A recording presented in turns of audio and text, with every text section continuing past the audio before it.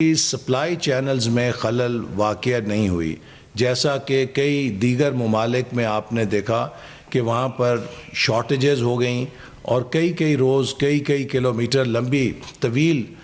لائنیں لگ گئیں اور ملک کے اندر ایک بڑا تعطل پیدا ہوا سپلائی چین کے اندر۔ پاکستان میں اس چیز کو بہرحال بہتر طور پہ مینج کیا گیا اور کوئی ایسی فیول شارٹیج نہیں ہوئی۔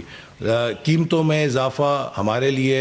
ناگزیر اس لیے ہو گیا تھا کہ بین الاقوامی منڈیوں میں مسلسل یہ قیمتیں بڑھ رہی تھیں۔ حکومت نے بڑی حد تک وزیر اعظم کی ہدایت پہ کوشش کی کہ ہم اس کو بفر کر سکیں، حتیٰ یہ کہ ڈیولپمنٹ بجٹ کا 100 ارب روپیہ جو کہ پہلے ہی بہت سکویز ہو چکا ہے، اسے بھی ہم نے آسٹیرٹی مہم کے اندر ڈالا تاکہ اس سے سبسڈائز کیا جائے، لیکن پاکستان کے پاس وہ وسائل نہیں ہیں کہ ہم فیول سبسڈی کو اپنے وسائل کے ذریعے دے سکیں، چونکہ آلریڈی ہم ایک IMF پروگرام میں ہیں۔ اور یہ بات میں خاص طور پہ ان لوگوں کو کہوں گا جو اس کے اوپر سیاست کر رہے ہیں کہ پاکستان میں یہ اضافہ کیوں کیا گیا اور IMF کے پروگرام میں ہم کیوں ہیں۔ میں انہیں یہ کہوں گا کہ آپ ذرا اپنے گریبان میں جھانکیں اور قوم کو اس سوال کا جواب دیں کہ آیا پاکستان کو IMF کے پروگرام میں کس نے دھکیلا تھا؟ ہم کیوں اس قدر معاشی طور پہ کمزور ہو گئے کہ ہمیں IMF کے پاس جا کر مدد لینی پڑی؟ 2022 یکم اپریل کو پاکستان تقریباً ڈیفالٹ کر چکا تھا۔ تو آج اسی لیے ہم جب ایک کامیابی سے اس تباہی سے نکل رہے تھے تو یہ ایک ایسا بحران کا میزائل ہے جو ہم پر، ہماری معیشت پر گرا ہے، جس کے اثرات کو ہم کوشش کر رہے ہیں کہ عوام پر کم سے کم نقصان ان کا ہو، اور اسی لیے حکومت جہاں اسے مجبوراً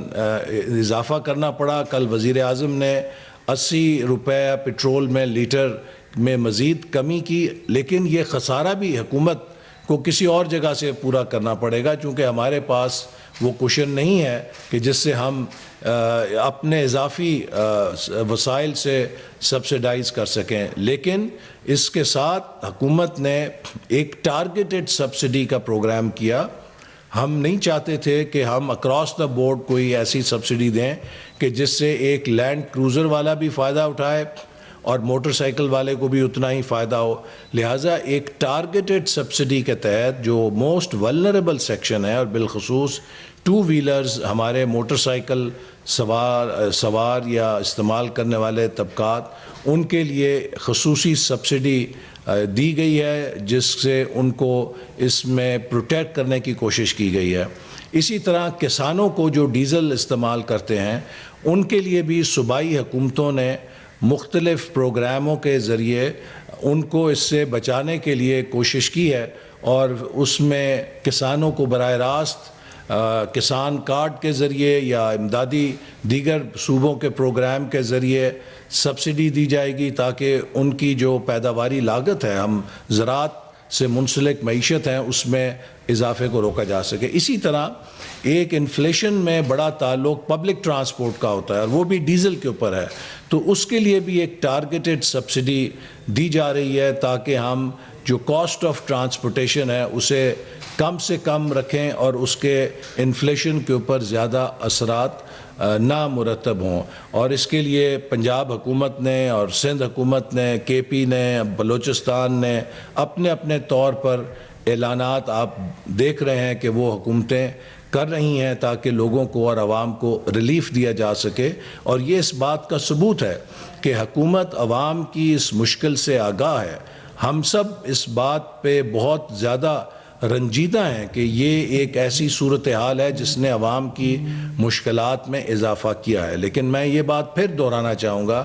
کہ یہ صورتحال حکومت کی کسی پالیسی کا نتیجہ نہیں ہے۔ یہ صورتحال حکومت کی کارکردگی سے اس کا کوئی تعلق نہیں ہے۔ یہ ایک بین الاقوامی صورت ہے جو امریکہ اور اسرائیل کے ایران پر حملے کے نتیجے میں پیدا ہوئی ہے، اور اسی لیے پاکستان نے جارحانہ طور پہ ایگریسولی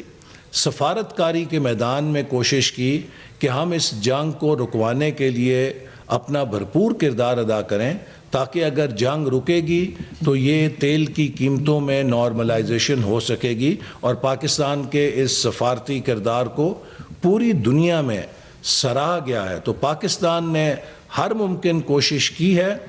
کر رہا ہے اور کرتا رہے گا کہ ہم اس جنگ کو جلد از جلد بند کروا سکیں، لیکن اس جنگ کو بند کرنے کے لیورز ہمارے پاس نہیں ہیں۔ ہم اس جنگ کے بندش کے لیے ایک بہتر فضا پیدا کر سکتے ہیں، کوشش کر سکتے ہیں کہ فریقین کے درمیان اتفاق رائے پیدا کریں، لیکن اس جنگ کو بند کرنا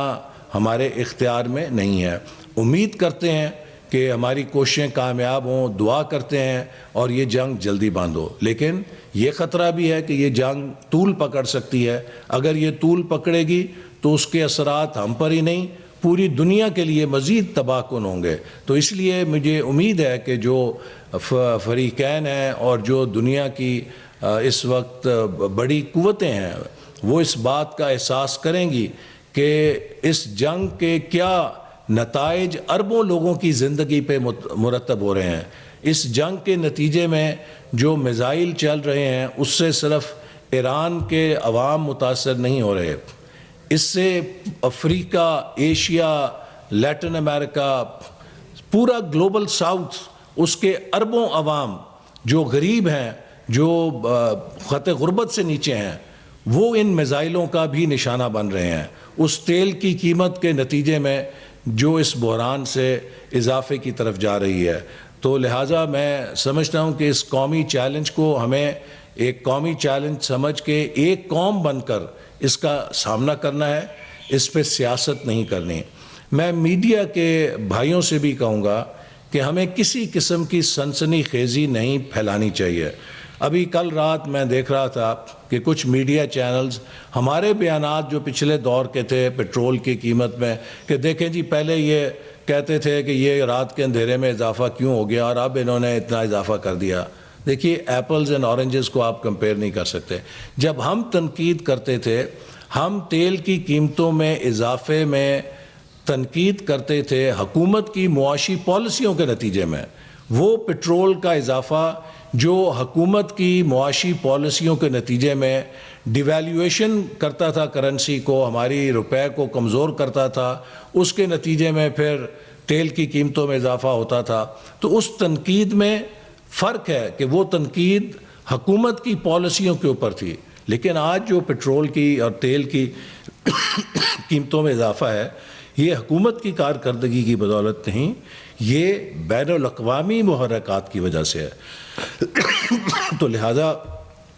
میں سب سے یہ اپیل کروں گا کہ ہمیں ایک بہت ذمہ دارانہ کردار ادا کرنا چاہیے، قوم کے اندر یہ آگہی لانی چاہیے کہ اس کے کیا محرکات اور اسباب ہیں اور ہم کس طرح مل کر اس کا مقابلہ کر سکتے ہیں۔ اس کا مقابلہ کرنے کے لیے ہمیں توانائی کے استعمال میں بچت کرنی ہے، چونکہ ہماری بجلی پیدا درآمدی فیول سے ہوتی ہے۔ ہمیں پیٹرول کی کھپت میں اور ڈیزل کی کھپت میں ایفیشنسی لانی ہے، غیر ضروری پیٹرول کی کنزمپشن کو روکنا ہے۔ آپ ایک قطرہ پیٹرول یا ڈیزل کا جو غیر ضروری استعمال کرتے ہیں اسے روک کر ملک کی ترقی اور ملک کے استحکام میں اپنا کردار ادا کر رہے ہیں۔ اگر آپ اکیلے جاتے ہیں دفتر تو کوشش کیجئے پولنگ کریے اور اپنے ساتھیوں کے ساتھ مل کر اپنے محلے سے یا اپنے گھر سے، رہائش سے دفتر تک کا سفر کریں۔ اسی طرح اپنے گھر کے اندر توانائی کے غیر ضروری استعمال کو روکیں تاکہ ہمارا جو درآمدی بل ہے وہ کم سے کم ہو۔ میں یہاں پر یہ بھی کہنا چاہتا ہوں کہ جو ہماری مارکیٹس ہیں وہ دنیا میں ہم واحد مثال ہیں۔ آپ جاپان سے لے کر امریکہ چلے جائیں، انڈونیشیا سے لے کے ملیشیا چلے جائیں، ملیشیا سے لے کے ترکی چلے جائیں، ترکی سے لے کے یورپ چلے جائیں، کسی بھی ترقی یافتہ یا اس کامیاب معیشت میں جو ملک آگے بڑھ رہا ہے وہاں 6 بجے کے بعد آپ کو مارکیٹیں کھلی نہیں ملتی۔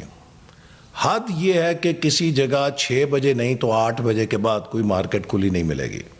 اور 9-10 بجے کے بعد آپ محلوں میں جائیں تو بالکل سکوت ہوتا ہے، لوگ سو جاتے ہیں، ارلی ٹو بیڈ اور ارلی ٹو رائز، اور 6 بجے کے بعد صبح ان کی زندگی کا معمول شروع ہو جاتا ہے۔ یہ ہمارا اسلامی طرز زندگی ہے، یہ وہ طرز زندگی ہے جس کی اسلام نے ہمیں تعلیم دی ہے کہ فجر کے بعد اپنے دن کا آغاز کرو اور اس کے بعد عشاء کے بعد اپنی زندگی کے معمولات ترک کر کے آرام کرو تاکہ صبح جلدی اٹھو۔ یورپ، امریکہ، مغرب، چین، ساری قومیں اور معاشرے اس طرز زندگی کو اختیار کر کے کامیابی کی بلندیاں چھو رہے ہیں۔ نبی کریم صلی اللہ علیہ وسلم نے حدیث میں کہا کہ جو رزق کی برکت ہے وہ صبح کے اوقات کے اندر ہے۔ مجھے یاد ہے کہ جب میں گورنمنٹ کالج میں پڑھتا تھا، یہ 1974 کی بات ہے، 75 کی بات ہے،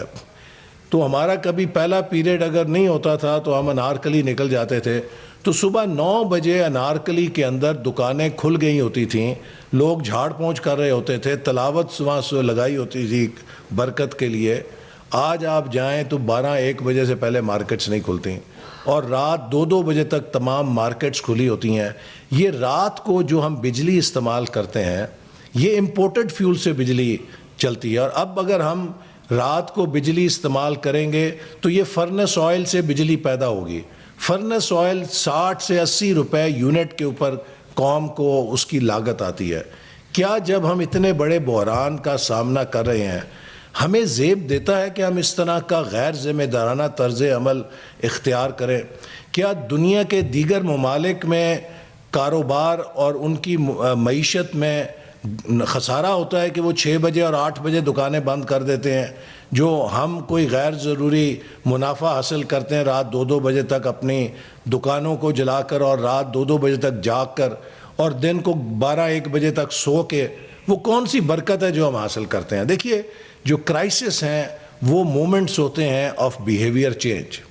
ہمیں اپنے طرز عمل کے اندر بھی وہ تبدیلیاں لانی چاہیے جو ایک کامیاب قوم کے زندگی میں ہوتی ہیں، اور میں التجا کروں گا، اور جیسے کہ فیصلہ کیا گیا ہے کہ صوبائی حکومتوں کو کہا گیا ہے کہ وہ تاجر تنظیموں کے ساتھ اس بارے میں بات چیت کر کے 1 ہفتے کے اندر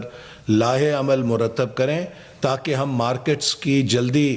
بندش کو یقینی بنا سکیں، جس سے کہ حکومت کے لیے اور قوم کے لیے اربوں روپے کے غیر ضروری بوجھ سے ہم بچیں گے، جو فرنس آئل کی صورت میں مہنگا تیل ہمیں استعمال کرنا پڑے گا اور اس سے مہنگی بجلی سسٹم کے اندر لانی ہوگی۔ تو میری سب سے درخواست ہے کہ اس کے اوپر ہمدردانہ